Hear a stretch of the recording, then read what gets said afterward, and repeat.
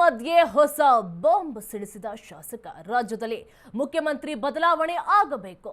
ಕುರ್ಚಿ ಫೈಟ್ ಮಧ್ಯೆ ಅಚ್ಚರಿ ಹೇಳಿಕೆ ಕೊಟ್ಟ ಅಜಯ್ ಸಿಂಗ್. ರಾಜ್ಯದಲ್ಲಿ ಮುಖ್ಯಮಂತ್ರಿ ಬದಲಾವಣೆ ಆಗಬೇಕು. ಪವರ್ ಫೈಟ್ ಮಧ್ಯೆ ಹೊಸ ಬಾಂಬ್ ಸಿಡಿಸಿದ ಶಾಸಕ. ರಾಜ್ಯದಲ್ಲಿ ಮುಖ್ಯಮಂತ್ರಿ ಬದಲಾವಣೆಯಾಗಬೇಕು. ಕುರ್ಚಿ ಫೈಟ್ ಮಧ್ಯೆ ಅಚ್ಚರಿ ಹೇಳಿಕೆ ಕೊಟ್ಟ ಅಜಯ್ ಸಿಂಗ್. ಜನವರಿ ಫೆಬ್ರವರಿಯಲ್ಲಿ ಸಿಎಂ ಬದಲಾವಣೆಯಾಗಬಹುದು. ಎಲ್ಲರೂ ಕುಳಿತು ಮಾತನಾಡ್ತಾರೆ, ಈಗ ತೊಂದರೆ ಇಲ್ಲ. ಸಿಎಂ ಬದಲಾವಣೆ ಬಗ್ಗೆ ಹೈಕಮಾಂಡ್ ನಿರ್ಧಾರವನ್ನ ಮಾಡುತ್ತೆ. ಏರ್ಪೋರ್ಟ್ನಲ್ಲಿ ಕೈ ಶಾಸಕ ಅಜಯ್ ಸಿಂಗ್ ಹೇಳಿಕೆಯನ್ನು ಕೊಟ್ಟಿದ್ದಾರೆ. ರಾಜ್ಯದಲ್ಲಿ ಮುಖ್ಯಮಂತ್ರಿ ಬದಲಾವಣೆ ಆಗಬೇಕು. ಅದು ಜನವರಿ ಫೆಬ್ರವರಿಯಲ್ಲಿ ಬದಲಾವಣೆ ಆದ್ರೂ ಆಗಬಹುದು. ಎಲ್ಲರೂ ಕುಳಿತುಕೊಂಡು ಮಾತನಾಡ್ತಾರೆ, ಈಗ ತೊಂದರೆ ಇಲ್ಲ. ಇನ್ನೇನು ರಾಜಕೀಯದಲ್ಲಿ ನವೆಂಬರ್ ಕ್ರಾಂತಿಯ ಕಿಚ್ಚು ಜೋರಾಗ್ತಾನೆ ಇತ್ತು. ಅವಾಗ ಸ್ವಲ್ಪ ತಣ್ಣಗಾಗಿತ್ತು. ಇನ್ನ ಚಳಿಗಾಲದ ಅಧಿವೇಶನ ಬರ್ತಾ ಇದೆ. ಅದರ ನಂತರ ಏನಾದ್ರೂ ಕುರ್ಚಿ ಕದನ ಮತ್ತೆ ಸ್ಟಾರ್ಟ್ ಆಗಬಹುದು ಅಂತ ಹೇಳಿ ಎಲ್ಲರೂ ಕೂಡ ನಿರೀಕ್ಷೆಯಲ್ಲಿದ್ರು. ಆದ್ರೆ ಹೊಸ ಬಾಂಬ್ ಸಿಡಿಸ್ತಾನೆ ಇದ್ದಾರೆ.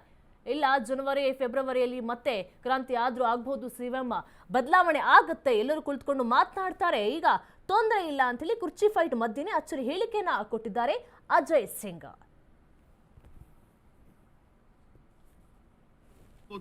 ಅವಾಗ ತನಕ ಇದ್ರ ಬಗ್ಗೆ ಏನು ಮಾತುಕತೆ ಆಗಲ್ಲ ಅಂತ ಅದಾದ್ಮೇಲೆ ಆಗುತ್ತೆ ಸರ್. ಹಾಗಾದ್ರೆ ಆಗ್ಲೇಬೇಕಲ್ಲ, ಅದಾದ್ಮೇಲೆ ಆಗ್ಬೋದು. ಜನವರಿಯಲ್ಲೂ ಆಗ್ಬೋದು, ಫೆಬ್ರವರಿಯಲ್ಲೂ ಆಗ್ಬೋದು, ಡಿಸೆಂಬರಲ್ಲೂ ಆಗ್ಬೋದು. ಇದು ಒಂದ್ಸತಿ ಎಲ್ಲರೂ ಕುತ್ಕೊಂಡು ಮಾತಾಡ್ತಾರೆ, ಏನ್ ತೊಂದರೆ ಅಂತೂ ಏನಿಲ್ಲ.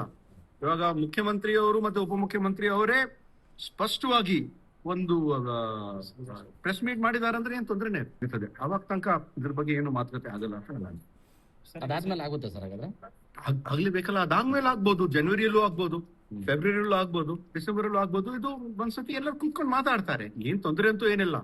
ಇವಾಗ ಮುಖ್ಯಮಂತ್ರಿಯವರು ಮತ್ತೆ ಉಪಮುಖ್ಯಮಂತ್ರಿ ಅವರೇ ಸ್ಪಷ್ಟವಾಗಿ ಒಂದು ಪ್ರೆಸ್ ಮೀಟ್ ಮಾಡಿದಾರೆ ಅಂದ್ರೆ ಏನ್ ತೊಂದರೆನೇ ಇರ್ತದೆ. ಅವಾಗ ತನಕ ಇದ್ರ ಬಗ್ಗೆ ಏನು ಮಾತುಕತೆ ಆಗಲ್ಲ ಅಂತ ಅದಾದ್ಮೇಲೆ ಆಗುತ್ತೆ ಸರ್. ಹಾಗಾದ್ರೆ ಆಗ್ಲೇಬೇಕಲ್ಲ, ಅದಾದ್ಮೇಲೆ ಆಗ್ಬೋದು. ಜನವರಿಯಲ್ಲೂ ಆಗ್ಬೋದು, ಫೆಬ್ರವರಿಯಲ್ಲೂ ಆಗ್ಬೋದು, ಡಿಸೆಂಬರಲ್ಲೂ ಆಗ್ಬೋದು. ಇದು ಒಂದ್ಸತಿ ಎಲ್ಲರೂ ಕುತ್ಕೊಂಡು ಮಾತಾಡ್ತಾರೆ, ಏನ್ ತೊಂದರೆ ಅಂತೂ ಏನಿಲ್ಲ.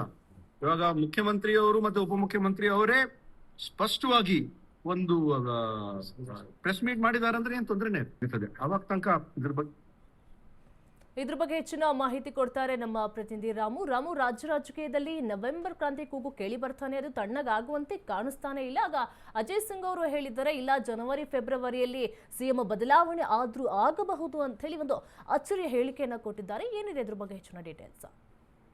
ಖಂಡಿತವಾಗ್ಲೂ ನಿರೀಕ್ಷೆ ಏನು, ಒಂದು ಮುಖ್ಯಮಂತ್ರಿ ಬದಲಾವಣೆ ಕೂಗು ಮತ್ತೆ ಮುನ್ನೆಲೆಗೆ ಬಂದಿರುವಂತದ್ದು. ಏನು ಕಳೆದ ಹಲವಾರು ದಿನಗಳಿಂದ ಅಗ್ಗಜಿಗ್ಗಾಟ ನಡೀತಾ ಇತ್ತು. ನಾ ಕೊಡೆ ನೀ ಬಿಡೆ ಅನ್ನುವಂತ ನಿಟ್ಟಿನಲ್ಲಿ ಮುಖ್ಯಮಂತ್ರಿಗಳು ಉಪಮುಖ್ಯಮಂತ್ರಿಗಳು ಅಗ್ಗಜಿಗ್ಗಾಟ ನಡೀತಾ ಇತ್ತು. ಈ ನಿಟ್ಟಿನಲ್ಲಿ ಒಂದು ಅಜಯ್ ಸಿಂಗ್ ಅಚ್ಚರಿಯಾಗಿರುವಂತ ಹೇಳಿಕೆ ನೀಡಿರುವಂತದ್ದು.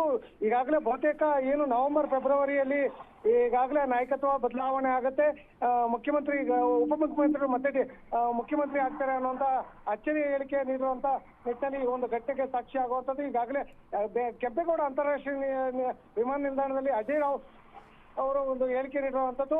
ಏನು ಈ ಒಂದು ಆಯಾಮಗಳಲ್ಲಿ ಅಚ್ಚರಿಯ ಒಂದು ಬೆಳವಣಿಗೆ ಸಾಗ್ತಾ ಇದೆ ಅಂತಾನೆ ಹೇಳ್ಬೋದು. ಈ ಒಂದು ಅಚ್ಚರಿ ಹೇಳಿಕೆಗೆ ಹಲವಾರು ಒಂದು ಆಯಾಮಗಳಲ್ಲಿ ಒಂದು ತಿರುವು ಪಡ್ಕೊಳ್ಳೋ ನಿಟ್ಟಿನಲ್ಲಿ ಒಂದು ವಿಚಾರ ಚರ್ಚೆಗೆ ಬರುವಂತದ್ದು.